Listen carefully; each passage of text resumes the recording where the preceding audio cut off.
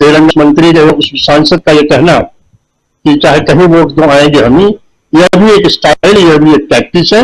मोदी है तो मुमकिन है कि स्टाइल में, और इस ये सवाल तो चुनाव आयोग से पूछा जाना चाहिए, हो सके हो जाए, क्योंकि अब लोग लगे हैं, खुल की करने लगे हैं, और चुनाव आयोग ये बताएगा। चुनाव आयोग में सुप्रीम कोर्ट में गिट और चल रही है, उसमें यह बात पूछी गई है कि जो वीवीपैट लगाया जाता है वो सारे वीवीपैट के पर्चों को गिना जाए, जिससे कंफ्यूजन दूर हो जाए कि जितने वोट पड़े हैं उतने गिने गए हैं।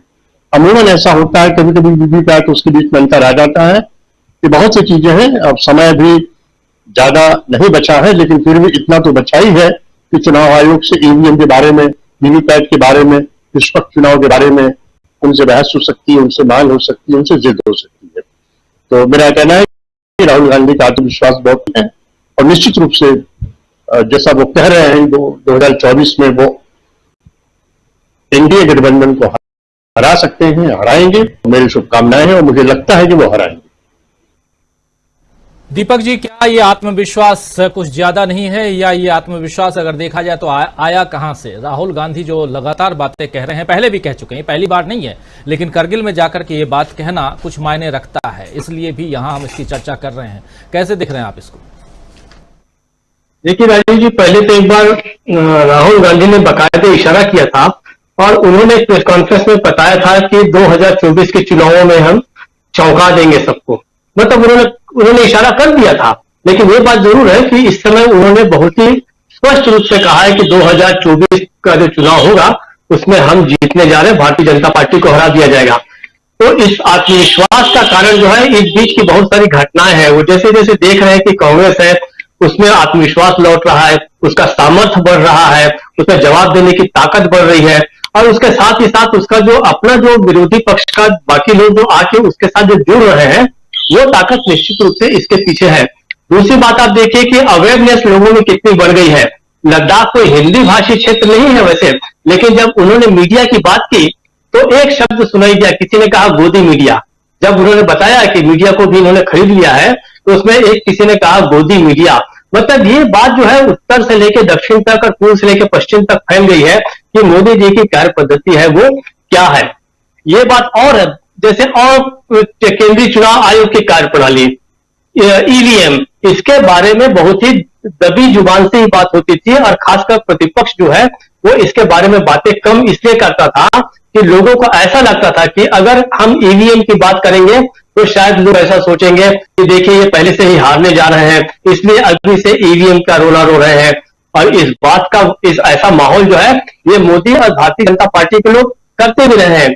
मोदी जी कई बार अपने भाषण में बताते हैं, देखिए अब जैसे जैसे पश्चिम बंगाल में उन्होंने भाषण में कहा कि जैसे जैसे चुनाव आगे बढ़ेगा, पहले ये केंद्रीय चुनाव आयोग को गालियां देंगे, फिर उसके बाद ये ईवीएम का रोना रोएंगे। तो एक तरह से माहौल बन रहा था, इसलिए बहुत सारे जो विरोधी दल के नेता हैं वो इस बातों को नहीं उठा पा रहे थे। लेकिन जब अब ये महसूस होने लग गया है कि पानी जो है वो सिर के ऊपर से बहने लग गया है, तो लोगों को बाहर निकलकर सांस लेना बहुत आवश्यक हो गया है।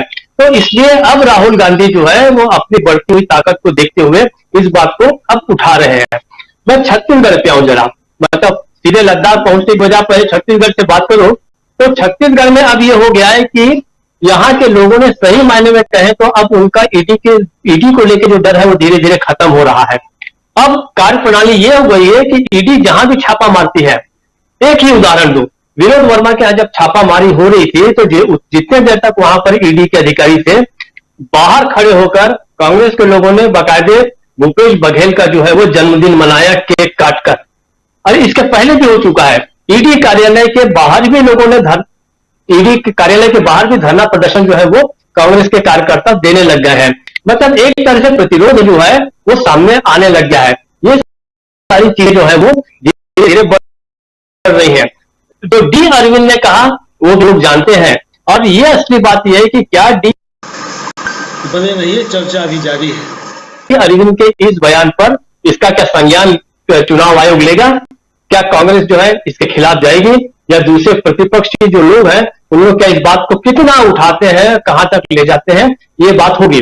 अंतिम बात मैं कहूं कि देखिए विदेश में इस समय मोदी के खिलाफ बहुत सारी ऐसी घटनाएं हुई है कि उनके खिलाफ बहुत सारे धरना प्रदर्शन हुए हैं, फ्रांस में हुआ, अमेरिका में हुआ। और उसके बाद अभी दो घटनाएं देखिए, ट्रंप ने अभी एक बयान दिया है और उन्होंने कहा कि मैं अगर 2024 में लौटा चुनाव जीता तो मैं भारत से वहां की वस्तुओं पर टैरिफ बढ़ाकर बदला लूंगा, क्योंकि भारत ने अमेरिका की बहुत सारी वस्तुओं पर टैरिफ जो है 200% तक कर दिया है। उनका इशारा कुछ महंगी मोटरसाइकिलों को लेकर था। ये वही ट्रंप है जिसके बारे में मोदी जो है वो जाके बाकायदे बयान देते थे कि अब की बात ट्रंप सरकार किस तरीके से पलटती है। सारी की सारी जो बाजियां हैं, पहले ओबामा साहब ने कहा था कि अगर मैं इस समय प्रधानमंत्री रहता तो मोदी से, ये तब की बात है जब मोदी अमेरिका में थे, तो मैं भारत में मुसलमानों के साथ जो कुछ शुरू हो रहा है उसके बारे में उनसे बात करता। ये सब चीजें भी मुझे उतनी दुखी नहीं कर रही। अंतिम बात करके मैं खत्म करूंगा, लेकिन अफ्रीका में, साउथ अफ्रीका में उनके साथ जो इस समय जो उनके खिलाफ जो वातावरण बना है और लोगों ने गो बैक के नारे लगाए हैं। देखिए, जोहानिसबर्ग का भारत के साथ बड़ा जबरदस्त रिश्ता है, बहुत ही भावनात्मक रिश्ता है। वो ऐसा है कि जोहानिसबर्ग की हम एक वहां पर दक्षिण अफ्रीका में जिस समय महात्मा गांधी थे तो उस समय की एक उनकी ट्रेन यात्रा बड़ी मशहूर है। वो ट्रेन यात्रा जो है वो जब वो 1893 में डरबन से प्रिटोरिया जा रहे थे और उनको एक अंग्रेज लोगों के डब्बे में बैठने के कारण उठाकर बाहर फेंका गया था और उसके बाद उन्होंने रंग भेद नीति के खिलाफ मामला बढ़ा था। एक और दूसरी बड़ी महत्वपूर्ण यात्रा है जिसके ऊपर चर्चा बहुत कम होती है। वो यात्रा 1904 की थी जब वो जोहानिसबर्ग से डरबन जा रहे थे। उनके एक मित्र थे हेनरी पोलॉक, उन्होंने उन्हें रास्ते में पढ़ने के लिए एक किताब दी, जॉन रस्किन की बहुत महान किताब अनटू दिस लास्ट। और उन्होंने लिखा कि इसको पढ़ने के बाद मुझे कई रातों को नींद नहीं आई और उनका जो सर्वोदय का जो सिद्धांत है वो उस किताब से निकला। तो महात्मा गांधी बनने, मतलब मोहनदास करमचंद गांधी जो महात्मा बने, वो मुझे ऐसा लगता है कि वो उस किताब के कारण बने। और सिर्फ एक हफ्ते के बाद उन्होंने डरबन मीटर दूर फिनिक्स फॉर्म बनाया और उन्होंने, जैसा कि जॉन रस्किन ने अपनी किताबों में लिखा था कि सारे दुखों का कारण भौतिक चीजों का त्याग, भौतिक चीजें हैं तो उसका त्याग चाहिए। महात्मा बनने की प्रक्रिया जो है उस जॉन रस्किन की छोटी सी किताब से 4 चैप्टर थे और उसके बाद में उन्होंने अनुवाद भी किया था गांधी जी ने। तो मुझे लगता है कि वहां पर अगर विरोध हो रहा है और ऐसे व्यक्ति का जिसको लेके, जिस देश को लेके वहां के लोगों में इतना सम्मान है, तो मोदी को भी सोचना चाहिए और मोदी जी के समर्थकों को भी सोचना चाहिए कि भारत का नाम वो कहां पर लेकर चले गए हैं। राजीव जी।